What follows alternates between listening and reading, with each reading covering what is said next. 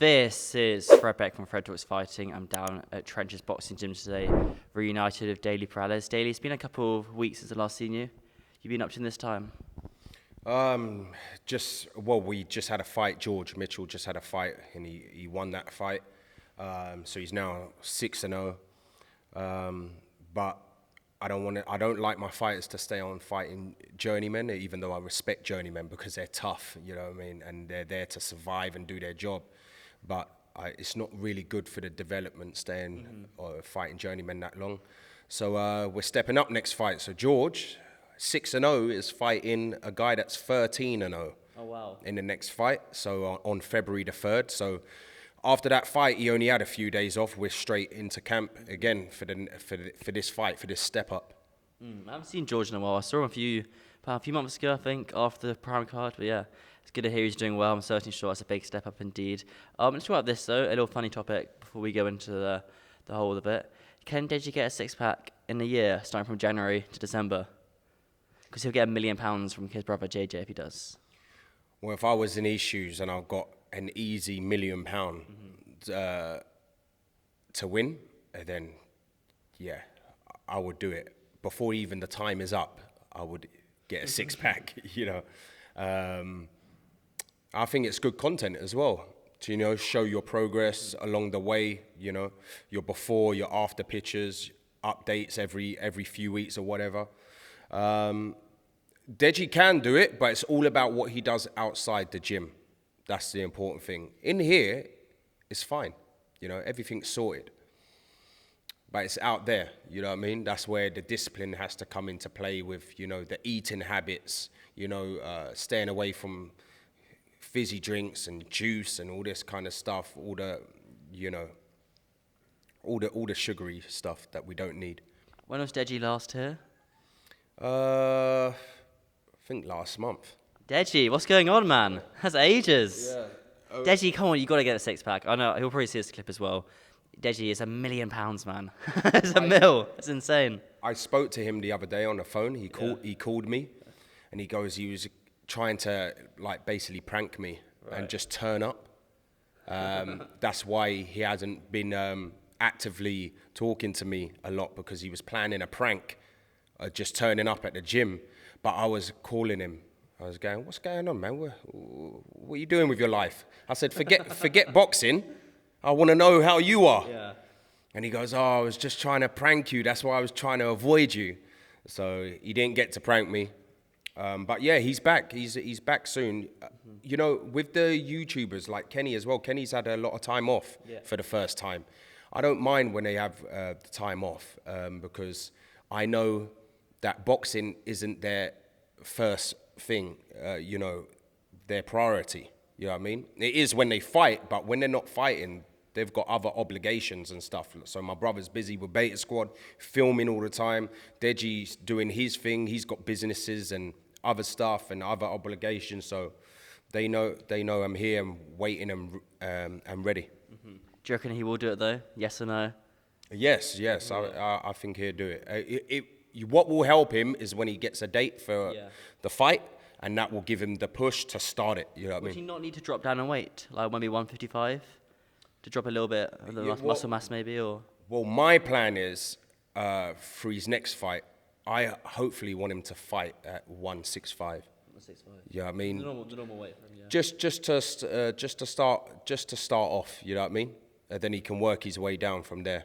165, 160 even. You know what I mean? Because he's been fighting at like 170 and stuff like that. You know what I mean? So I reckon he can easily get down to 165, 160. Ain't that the weight around like Salt Pappy and all that stuff? Well, the best weight in boxing, like the more the heavier weights, like the cruiserweights, there's not much interest as compared to the other like lightweights, welterweights. But in misfits, it's kind of different now. The 165 division is like the prime division for misfits. I actually just saw a tweet of Raksu on the way here, and he was saying, "Oh, this has been the hardest camp," and he said he's get down to 165. So that's crazy. Well, he's got muscle. There's nothing. There's nothing to cut. There's nothing to cut. Yeah, so that's going to be hard for him. So hopefully, he's okay. You know, when it goes into round 3 and 4, if it gets there, you know what I mean? Because their energy's different. You know, if you're trying to cut all that weight and there's nothing to lose, kind of. You know what I mean? Ed Matthews, as you mentioned, is DEJI's next opponent. Did you see Ed's last fight against Swarms? Yeah, I mean the knockout was I think it was half and half, you know, as in like yeah, he caught him, but at the same time, I don't know. It wasn't like it was okay. It was a funny one, I guess. Yeah. Because if he didn't knock him out, then Swarms would have beaten him. So you do kind of think on Swarms' side, why did you not just survive the first round? And then it's an easy win for you straight after the first round after you're so tired. But I don't know. I don't know what the game plan was. But Yeah, if I was coaching Swarms, I'd have said, just survive the first 1 minute even, or 30 seconds, 1 minute, 2 minutes, and then you're good. The thing is with these YouTubers when they're on the way up and trying to learn the game is there's certain things they don't know how to deal with. So like in that fight there, even though if he, you know, took his time and got to the round 2 and 3 and stuff, you know, Ed Matthews came at him, you know, like crazy. And if you don't know how to deal with someone coming at you like that, you know what I mean? It's a bit like, you know, AT with my brother, you know, the experience. If you don't know how to deal with someone that's coming at you like that, like trying to knock your head off, then it's going to take you off for your game and your game plan. That's true. You do need experience, kind of learn these things. Speaking of AT, any fight news on yourself on fighting AT? Is that confirmed? Is that not happening? Where are you sitting with it all? I don't know if it's going to happen or not happen because obviously the person that needs to get hold of me is Mams himself. And I talk to Mams all the time about obviously who Kenny's fighting next, who DEJI's fighting next. I was just on the phone to him the other day and there's no, he hasn't done no talk of me and AT. But I guess it's because if that fight happens, it's not until like next summer anyway. So why would Mams waste his time talking about it now when he's got other stuff? I think they just announced that January one. There's going to be one in like March or April time as well. But as I said, one night only. AT's training though, you know, he's a few steps ahead of you. If you're just sitting here padding your fighters, AT's training, he's having fights, he's staying active daily. Yeah, that's he has to do that because his skill set is not great. But I do rate him as in the way he promotes fights. This is why I for one night only, it will be fun because I know he knows how to promote a fight.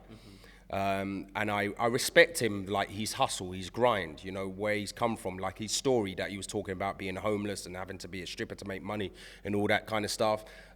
He's selling himself well, putting himself in, you know, he's like the Derek Chisora of influencer boxing. Like Derek Chisora has never ever won a world title, but for some reason he always gets big money fights. You know what I mean? So that's AT. AT puts himself in positions where he's always getting good fights and getting a good check. Yeah, me and him will be fun because one thing with me is the things that he does, even down to selling a fight, press conferences, he knows how to get in influencers' minds because they're not experienced with all that kind of stuff. You know, they're experienced in front of the camera, but being experienced in front of the camera for boxing reasons is totally different. You know what I mean? Like the press conference, the trash talking, the mind games, and all this kind of stuff. I know how to deal with that, so he won't get away with those things with me. Just like the hugging stuff. You know what I mean? I'll hug him back, and let's see who comes out on top. They clinched him, of course. That's my alarm, because my camera's a bit faulty nowadays. If I just reset it quick. You getting a new one? Yeah, I need to get a new one. Let's try this then. The KSI on Speed Spa. Did you see any of it? No. You don't see any of it? No, You missed out, man. Fight of the I- century right there. I saw like little tiny clips. All the clips on TikTok and IG and Twitter. And I was like, you know what? I'm real. You know what I mean? When that got announced, I was like, there's no point anyone trying to analyze this or do breakdowns on this or, you know, anything like that because Speed don't know how to fight. He's not a boxer. You know what I mean? We all know KSI is going to beat him up and beat him until he, you know, into submission, and then he doesn't want to fight and carry on anymore. So when I weren't interested in, to tell you the truth. But the one thing that I do like about it is that all the the money went to a good cause, and that's what it's all about. Yeah, non-racism charity, which is very, very good to see. Jake Paul also fought that night, on the same night. That was a very, very nice knockout. I take it you saw that one as well. Yeah, I saw that. Good blind with the lead hand, and then the uppercut to send him on his way. I mean, Jake Paul, I have to, play both sides, because Jake Paul is a very good businessman.